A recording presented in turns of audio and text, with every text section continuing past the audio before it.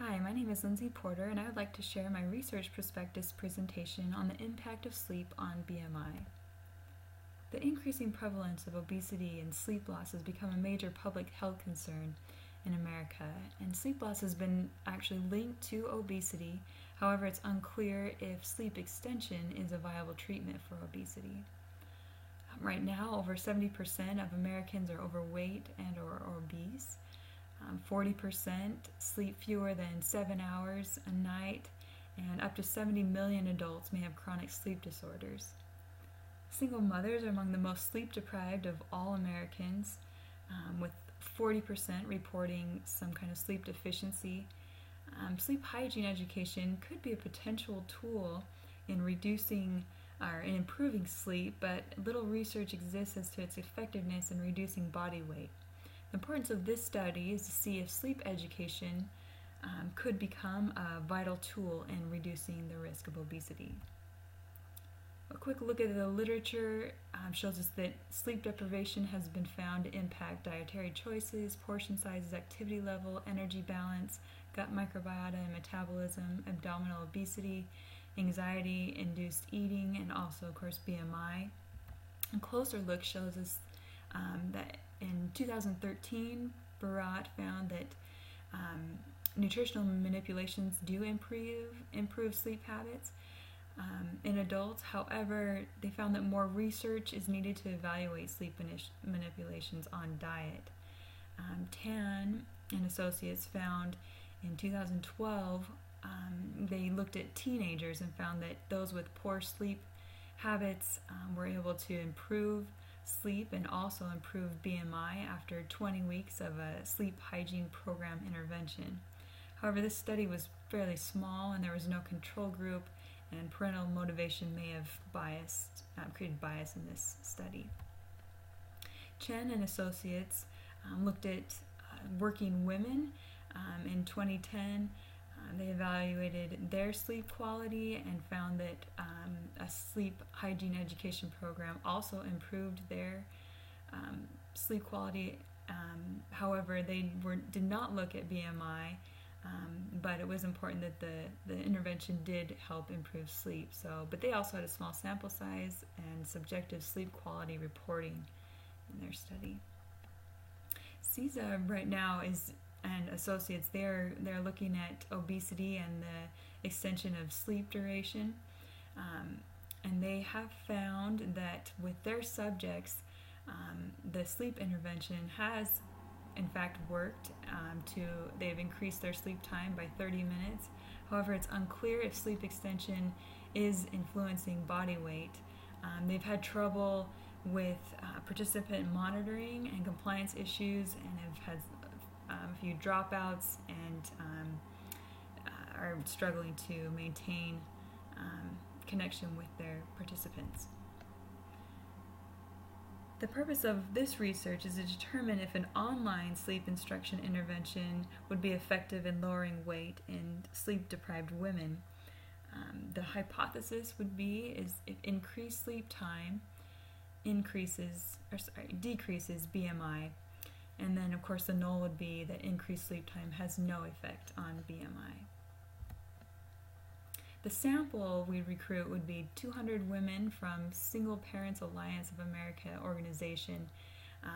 They would be screened through online surveys and sleep and health questionnaires.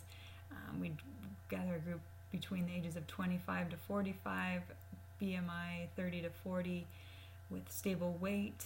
In the last 6 months, they sleep fewer than 6 hours and have 6.5 hours and have a lower sleep score or higher sleep score.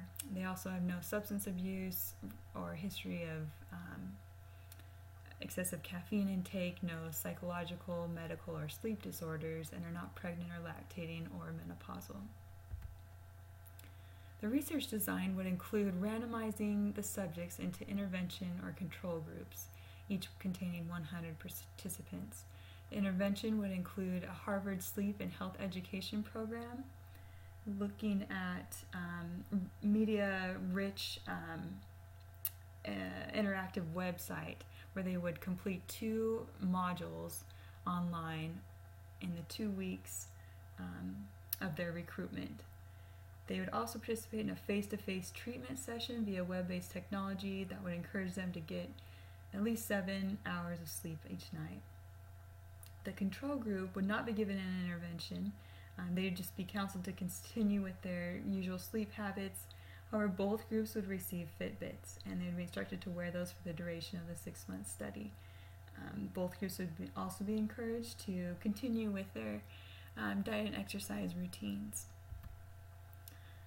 Data collection would take place using Fitbit reports and self-reported height and weight submissions. The sleep scores would be submitted online at 0 and 6 months, and data would be analyzed using two t-tests comparing mean BMI scores, as well as t-tests comparing the sleep scores, both pre and post intervention. Some of the ethical considerations include the possibility for excess sleep that could be unhealthy. Subjects will be counseled to not exceed 9 hours of sleep each night. Also, increased sleep time may limit time for these mothers' other important activities. Activity trackers could be inconvenient, possibly cause questioning or social discomfort. There's an ethical issue when no sleep instruction is given to the control group. However, these participants will be given the same access to the program post study. Also, randomized selection will encourage fairness, and the participants will be free to withdraw consent or drop out at any point, and an IRB application will be filed. The importance of this study lies in its ability to overcome the monitoring and time constraints and small sample sizes that have thwarted previous sleep studies. The implications could be that the healthcare professionals would then need to place greater emphasis on sleep education. Specifically, nutritionists and dietitians could use sleep intervention tools in conjunction with their diet and exercise prescriptions to help reduce weight. Also, the contributing and unique parts of this study is that it has an online format, and this enables easier recruitment, screening, intervention, and monitoring because it can be done remotely. There are limitations, however. There are no controls set for drastic changes in physical activity and diet.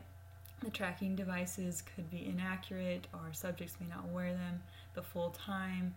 Subjects also are susceptible to issues because of the accountability and anonymity of having no in-person interaction. Honesty and accuracy could be problematic as well in the self-reporting, and the control group may experience bias just from wearing the sleep and activity trackers. However, if this hypothesis is confirmed, this sleep education could be a brief and cost-effective weight loss strategy easily utilized by patients and clinicians.